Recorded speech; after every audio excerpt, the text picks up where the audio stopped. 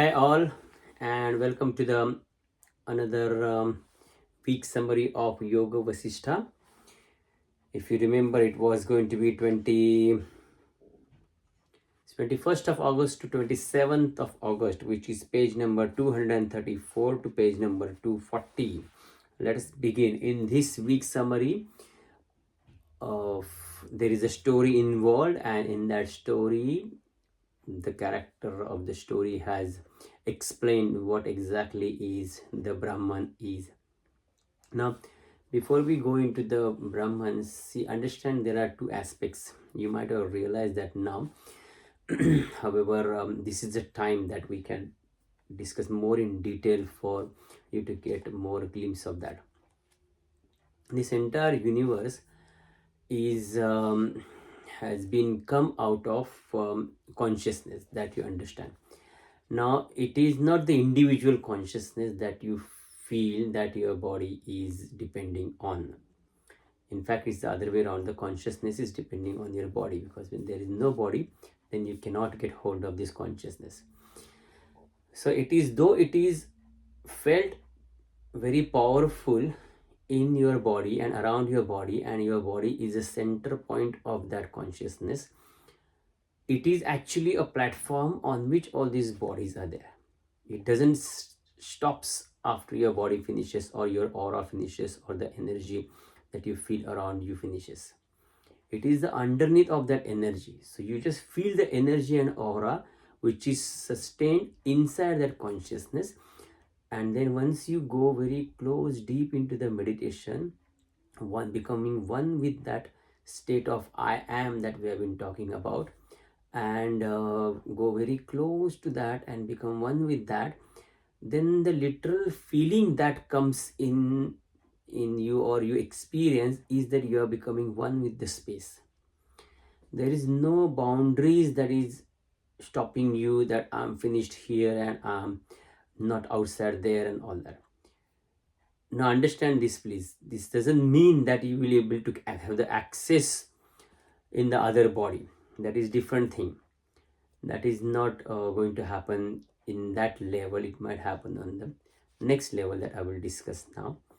But becoming one with that space, like deep sense of beingness inside you, is what is actually going close to that, the level of consciousness. And once you go there, then you start feeling, oh my goodness, even the space exists in this consciousness, and inside the space all the elements, remaining 4 elements, exist in this consciousness. And with these 5 elements the whole creation is created. That's why the whole creation exists into this consciousness, and that is being called as a Brahman. Because Brahman, what is the definition of Brahman? That one creates. Now this consciousness has got the ability to create. A thought, a intention, a sankalpa, when it arises in this consciousness as a form of vibration, it has got the capacity to manifest that into whatever it want to be. It is the biggest blessing. Now there is no right and wrong in this. So if you have a thought that I should be a criminal, or I should do some crime activities, and if you have a thought that I should be a wise person and do some good community services, everything will manifest. Everything will manifest, because on the level of the consciousness there is no understanding, or there is no concepts like right or wrong. Right and wrong concepts comes later on the physical level, to live us as a community. Killing someone, if it is wrong, then the animals which are living on the other animals would never have been existed in this consciousness. So that concepts are not there. Pleasure and pain concepts are not there, because pleasure and pain concepts are attached to your body, to your mind, and that's why those concepts comes later. Right, wrong, happy, sad, pleasure, pain, suffering, not suffering, want this, don't want this, everything comes under later on in the different stages, when this consciousness is transforming, or turning into that level, mind, body, and then the senses of the body, the desire that is getting created in the mind, that thought which is telling you that if I will have this, I will get the pleasure, and then the senses wants to perceive the object of the senses. So that all is called Brahman. And the Param Brahman or the absolute is beyond that. It is the one which witnesses the consciousness. It is the one where there is no consciousness as well. The consciousness is depending on that. The consciousness comes out of that as a vibration, as a identity to know itself, and that is how everything has happened. So on that level, there is no existence of, or there is no understanding, because there is nothing that can understand. That is the highest and the supreme state. So for what happens, meditations and everything that we do, that has got the capacity to certain degree to bring us on the level of the consciousness. And we feel that oneness, we feel that peace, we feel that calmness, we feel that happiness. And however, the moment you come out of that, on the physical level, on the mental level, that is gone and the different emotions comes in. Now, beyond that level of the consciousness, there is no happiness, there is no sadness, there is just bliss. Bliss is also like the peaceful state. In the peaceful state, there is no diversity exist. Though diversity comes there as a witness, it doesn't affect it. So whenever there is the mention of the Brahman, then the Vasistha is taking us to the level of the consciousness. Very rarely in this book also he has gone beyond the level of the consciousness and told that on which the consciousness is also depending on. So let's see in this coming 7 days what is he saying. The truth which is omnipresent and which is pure consciousness devoid of objectivity is referred variously as consciousness, self, Brahman, existence, truth, order, and also the pure knowledge. I am Brahman, which is pure consciousness, and after its own appearance as a mind, intellect, senses, and all other such notions have been negated. So the pure consciousness can be seen when its own appearance as a mind, intellect, senses, and all other forms of notion have been negated. I'm not this, I'm not this, I'm not this. When you go back, then you will reach to that supreme state. I am imperishable consciousness or Brahman, whose light alone all the elements and the entire universe shine. Because of whose light, because of that consciousness, everything is there existing. So the body, if the consciousness is not there, we call it as a dead body, which you cannot keep it with you for more than 5, 6, 7, 8, 9, 10, 15 hours. I mean, you can keep it, you can preserve it, but you cannot leave it outside because it will start decaying. So nothing in this world has got any existence if this consciousness goes out of that particular thing. Everything is considered as a dead, whether it's a bird, whether it's an animal, whether it's a plant, whether it's a tree, and then that is of no use. I am the consciousness. So that's why it says that, because of whose light everything is existing. I am the consciousness of Brahman, sparks from whom the arise a continuous radiating reflection consciousness throughout the universe. Is the same thing. I am the eternal Brahman, free from the wrong notions of pleasure and pain. Then he is saying again, on that level, there is no pleasure, there is no pain. I am the consciousness in which there is true and pure experiences. Whatever is happening on your level of body, mind, intellect, is you are having that pure experience. You can cheat the whole world, but you cannot cheat your own consciousness. Your consciousness is witnessing everything the way it is. The ultimate truth that you are is getting witnessed in your consciousness. And this is the biggest sadhana. Long time ago, when I realized this, then after that, I was actually stunned and surprised. I said, it is so easy to fool the whole world. But how can someone fool their own consciousness? So the biggest sadhana, according to me, is to being truthful to your consciousness. Your consciousness is witnessing. How are you thinking 24 hours? How are you talking to yourself in 24 hours? How are you thinking about the others? Maybe the other person in front of them, you are acting like you are devoted to them, you are very close to them, but inside in your mind, are you truthful? No, your consciousness is witnessing everything. The moment you will make a shift in your life, that yes, inside also you are same. In fact, inside you are more pure than outside. Sometimes outside you will use your harsh words for getting the work done. You will show the anger to get the work done. You will tell someone off for their betterment, but inside you are absolutely pure and devoid of all those things, and you are loving every creature, every being on this planet. You are not even killing an ant. You're not killing anyone, because why to kill someone? That harsh ahimsa which is arising in you, I want to kill that thing, is also not good. Let everybody live in their way. This whole universe is perfect the way it is. Why you want to change it? Why you want to make it better? It is best, and you are making it better because you're thinking it's not best, So that's where the whole problem comes in. I am the pure consciousness in which the pure intelligence functions without thought interference. I am the chainless Brahman, which is realized when both elated and having gained that one desires, and depression at not having gained at all are transcendental. Desires and depression at not having something, desires of getting something, everything is transcended into that. Then he continues saying all those things, I salute to this consciousness which is bestower of the fruits of all the thoughts. See, this is very important.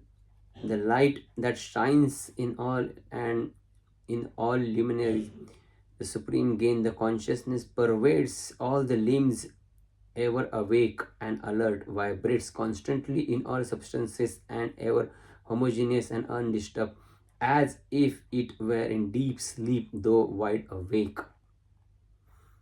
So understand this consciousness is the bestower of the fruits of all the thoughts. A thought arises inside you, a simpler than the simplest thought. I want to drink some water, I am thirsty. You get up, you go and drink the water. So it is the consciousness that is giving the energy to the body, and that is letting the thought manifest into the action, and the action is getting fulfilled. Without that support of the consciousness, the energy will not move, and without the energy will not move, the thoughts will not come. The thoughts will not come, then the actions will not happen. So the thoughts also arise and gets fulfilled into this consciousness. Then afterwards he says he pervades all the limbs, means he is into all the limbs, means everything is happening and moving in this world is because of the energy that is coming from this consciousness and making it move.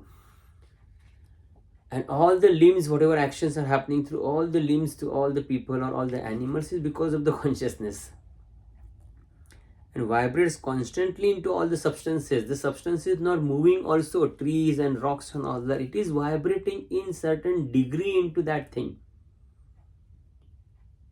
to make it to be there. That consciousness is a reality that bestows. And then the other one is that it is undisturbed, as if it were in a deep sleep, though wide awake. Now you imagine right now for a second and work hard on that imagination that you are in a deep sleep with being awake. If you really work hard on this particular sentence, I said that you are experiencing deep sleep state right now while you are awake, you will definitely go deep inside you and start witnessing everything is happening. And the more and more you practice, to the degree of your practice and your abhyasa, you will start having a say over calming your thoughts, mind thoughts and your body, and being completely stable into that state. Or once you are becoming stable into that state, though your body or mind is doing some actions, it will not affect that state, and you will not get disturbed into that state. And that is what is called as a deep sleep state while being awake. and that consciousness is into that state. So if you practice this, I want to experience my deep sleep state. What is a deep sleep state? That I'm not aware of anything. I do not have any control on my body. I do not have any control on my thoughts. I am not aware of my thoughts and body. So completely going deep and becoming one with that state. But you are awake, you are conscious. So you will be witnessing all those things and you will not let yourself get disturbed to come out of that state. It's little difficult to understand. So don't make a concept out of that and don't imagine something that will create some hallucination or illusion. Just keep not this, not this, not this, not this, and you will get the feeling of becoming one with yourself. That way you can realize that state.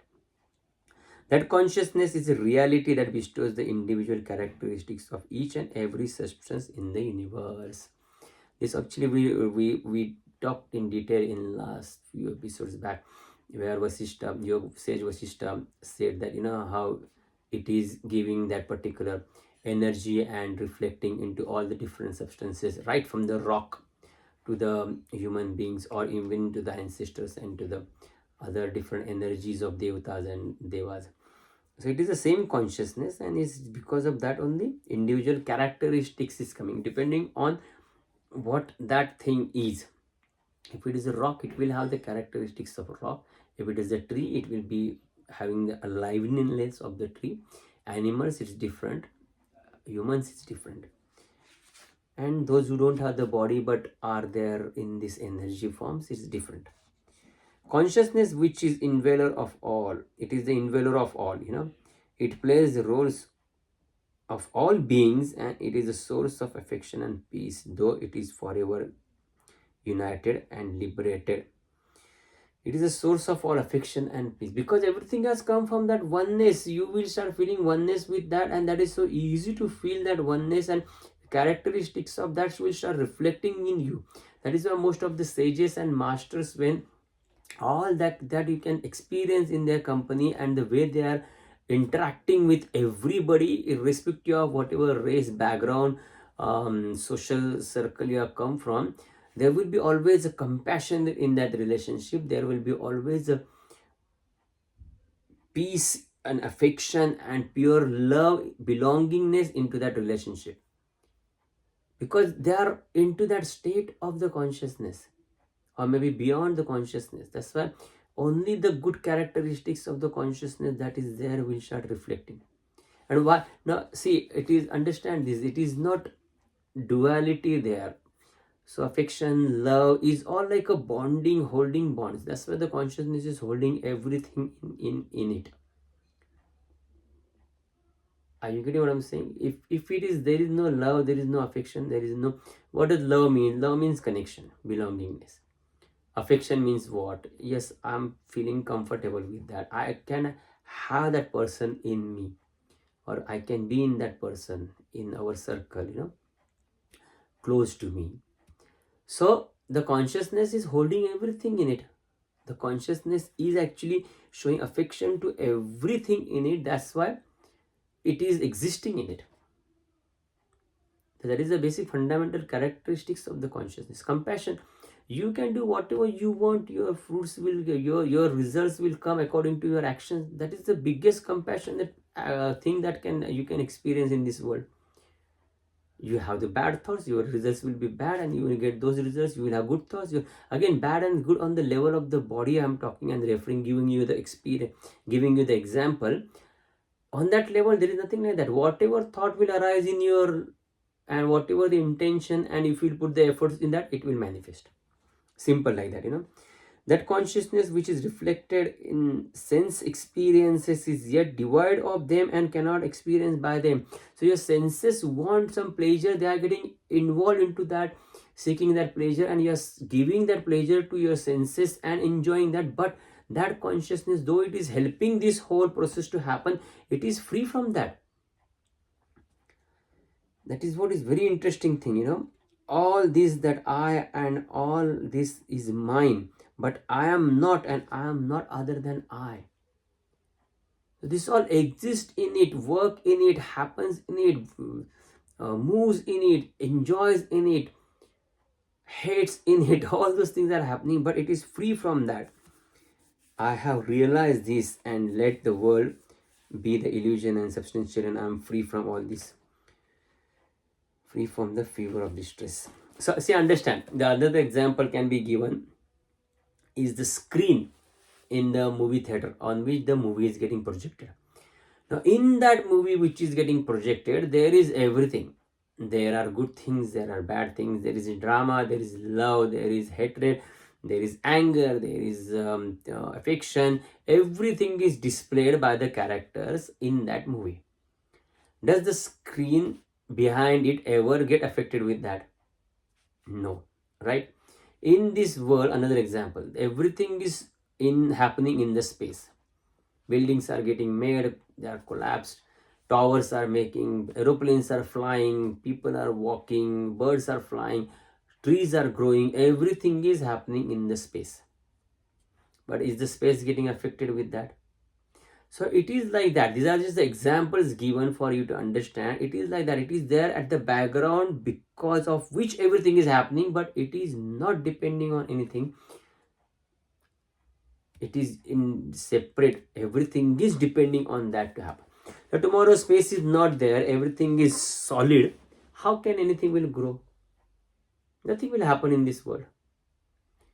So indirectly everything is happening because there is space. The same way everything is happening because there is energy and consciousness there. Otherwise nothing will happen.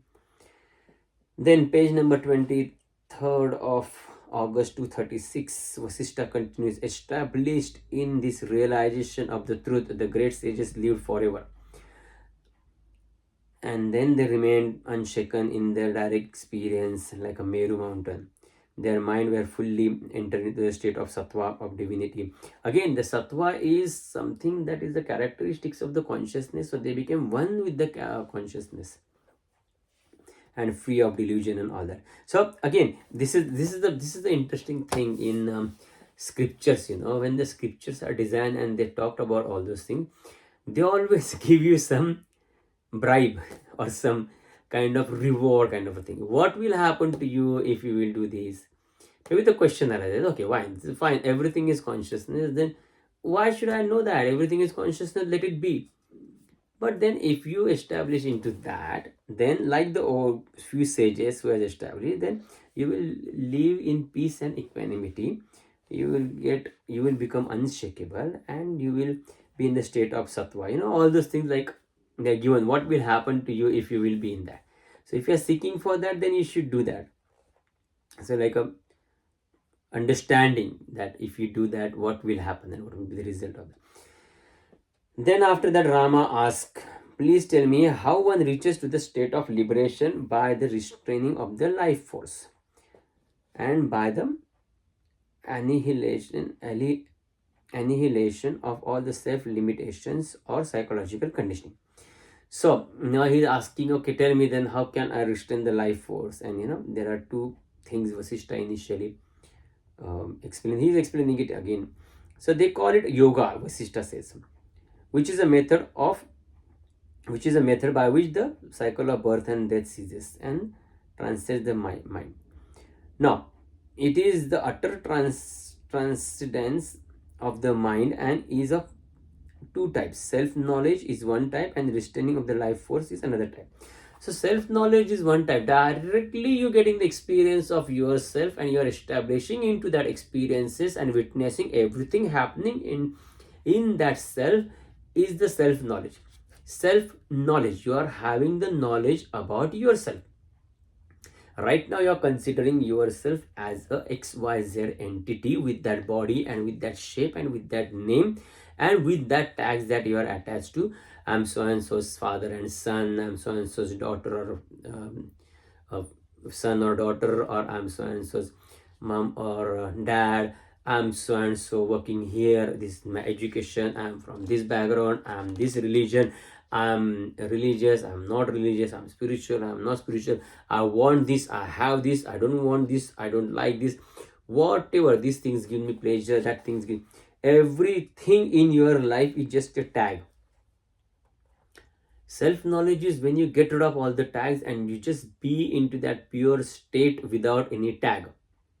That's it. That's why the neti, negation. I am not this, I am not this, I am not this, I am not this. Take it to the. Now again, you becoming one with the consciousness and understanding your own consciousness is also only self-knowledge. Don't think it is a different self-knowledge is different. Me becoming one with consciousness is different. Sorry. I am state is different. Everything is same. You are going close to the real existence of who you are and rejecting all the existence that has been bombarded on you by the society, by the family, by this humanity, by this community, and by our own intellect, which is limited. So self-knowledge is one, and restraining the life force is another. Now we can't do the self-knowledge. We can't have the self-knowledge. We are not that clever. We are not that understanding. Very few are like that. So then, okay, then practice this pranayama, yoga, control the breath, do these kriyas and all that. This is all comes under yoga. Yoga has come to mean only the letter. Yet both methods lead to the same result. To some, self-knowledge through the inquiry is difficult, and that's why they do yoga. And for others, yoga is difficult. That's why they follow the path of the self-knowledge. But my conviction is that the path of inquiry is easy. See these three masters. Out of that three masters, two actually, Ramana Maharshi and Nisargadatta Maharaj and Atmananda are the three pioneers of the non-duality. Means if you read the books of these people, you will blow out, Out of that, Ramana Maharshi and Nisargadatta Maharaj, if you read their book, they have clearly mentioned that they have never done any of the breathing techniques practice or any of the yoga. They have just realized everything in this world with the self-knowledge by just sitting with themselves and being quiet and just being with themselves. Atmananda, I forgot his full name. Anyway, Atmananda something. He has done some practices. He has done some religious practices, and then after that he realized that after doing all those things, also I am not reaching anywhere. So there has to be something else, and then he went and directly for the realization. So that's why self-knowledge is easy, and it can be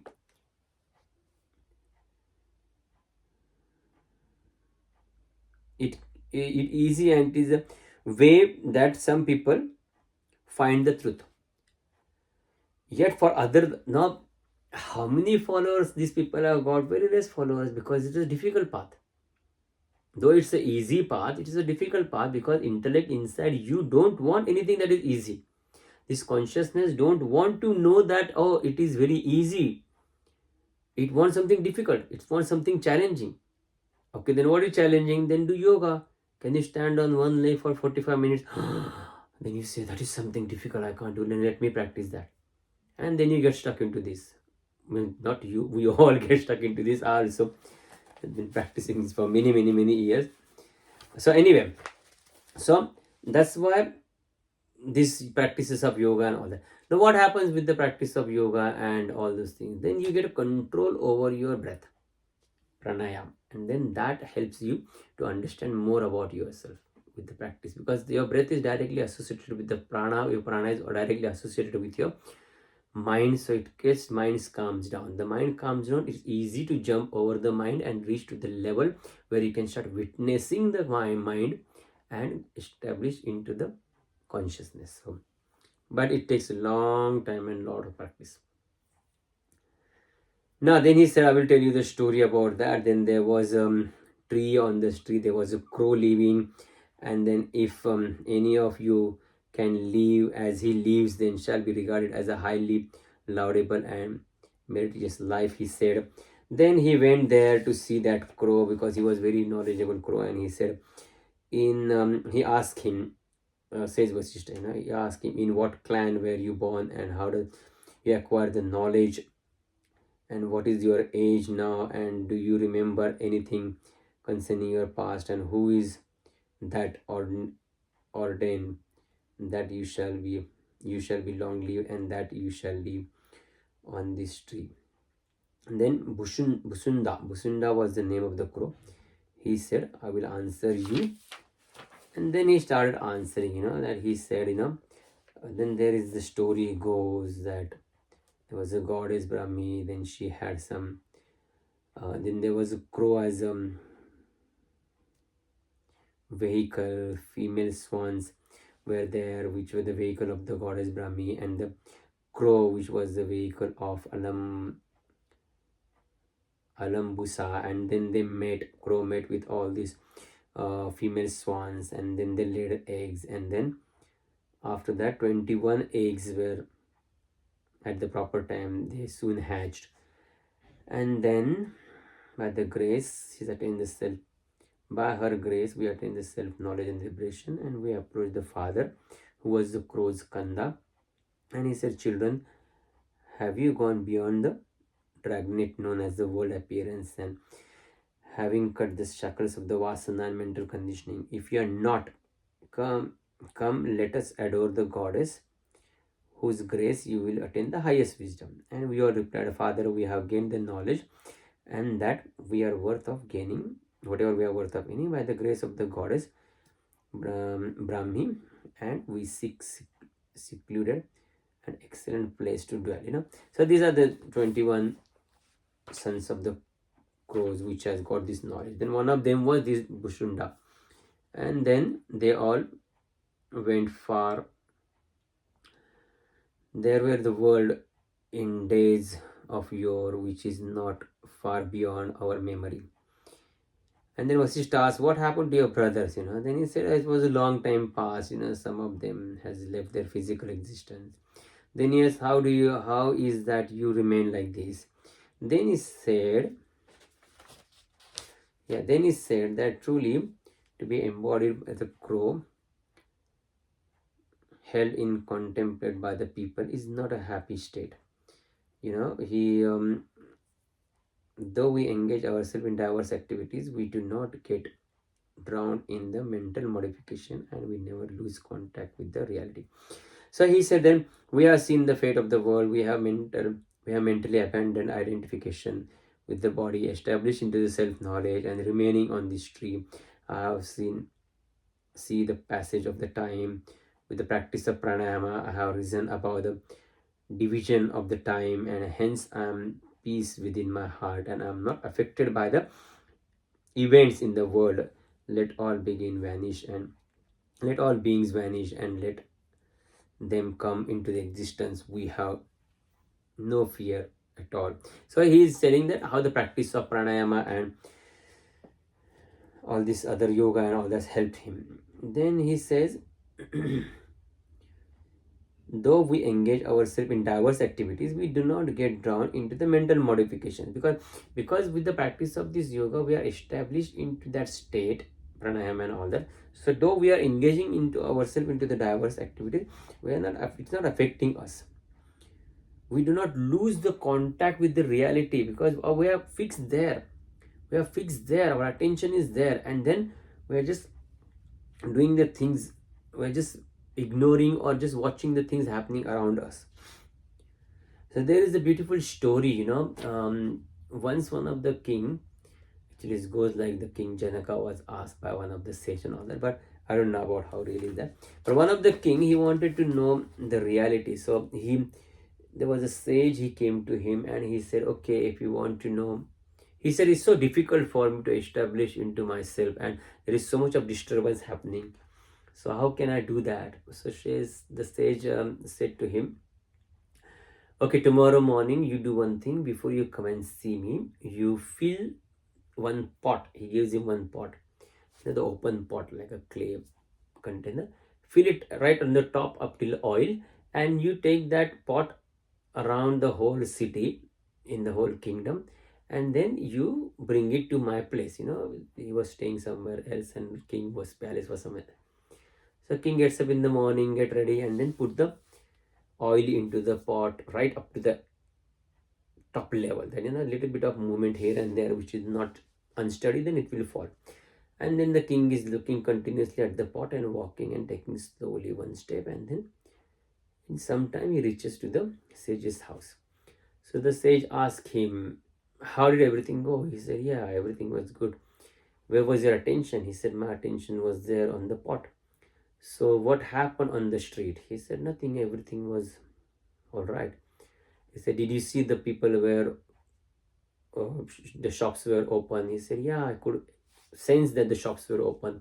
People were moving, people were walking, people were buying, people were shouting, people were selling. Everything was happening. Some children were crying, some were going to the schools, some people, farmers were going to the, everything was happening. He said, what did you do with all those things? He said, I just ignored. He said, why it was easy for you to ignore all those things? He said, because my attention was completely on the pot. So the sage said, that's the key, once your attention is completely on yourself, then everything around you will keep happening. Wherever you need attention, you will give the attention and do the needful, but your attention will not leave the self. The same thing that he is saying here, that though we are engaged into the diverse activities, we don't never lose the contact of the reality, because you are fixed into the reality and everything is just happening and you're just participating into those actions because you can do, but deep inside you're just witnessing you doing the actions. The nectar for which the gods churn the ocean and blessing of the sages, I consider nothing more praiseworthy than the company of the sages who are free from the cravings of the desires. And the people who are experienced this, the people who are sages, who are established into this, their company is always regarded as a highest praiseworthy thing, because they tell you what it is. They make you realize and experience what it is. That's why it's always said, to get the self-knowledge, to attain the self-knowledge, company of the holy ones is very important. Then continue to that, Bhusunda continued saying that this wish-fulfilling tree is not shaken by the various natural calamities and by the things, cataclysms caused by the living beings. There have been several of the latter, and demons have tried to destroy all that. Everything has happened to this particular tree also. Then during all these, the tree has remained unaffected. So the Vasistha asked that, but at the end of the life of the cosmos, when everything was dissolved, how have you managed to survive, So he said, during that period, means that everything has dissolved. That Hiranyagarbha or the Big Bang theory, everything has gone into the vacuum and now everything will come out of the vacuum. That thing, that state, how did he survive? So he said, O sage, I abandoned this nest, even as an ungrateful man abandoned his friends, And then I remained united with the cosmic space. So he became one with the cosmic space. Space cannot get destroyed. How can space will get destroyed? And if the space will get destroyed also, it will not affect the space. And the first thing that will come into the existence after this new evolution will start is the space. I practice Varun Dharana to remain unaffected. I practice Parvati Dharana and remain unaffected. Parvati Dharana. Parvata is a mountain, Parvat Dharana is contemplation of the mountain. Varuna is the water and Varun Dharana is contemplation of the water. Then Vayu Dharana. Vayu is a wind. And then I remain remain as if in a deep sleep till the beginning of the next cosmic cycle. Then I remain, and when the new creator begins to create the new cosmos, I resume my abode in this nest. Why is that the others have not been able to do what you have done? To which he says, O sage, the will of the Supreme Being cannot be transgressed. It is his will that I should be like this and that the others should be the way they are. One cannot fathom, not necessarily, not measure what has to be. in accordance with the nature of each being, that which is to be comes to be. Therefore, in accordance to my thought force and conception, this tree is found in every cycle, world cycle, at this place, in this manner. So he's saying you can put your self efforts and you can do whatever you want to do, but it is the blessings that has been bestowed to you from the absolute, from the Param Brahman.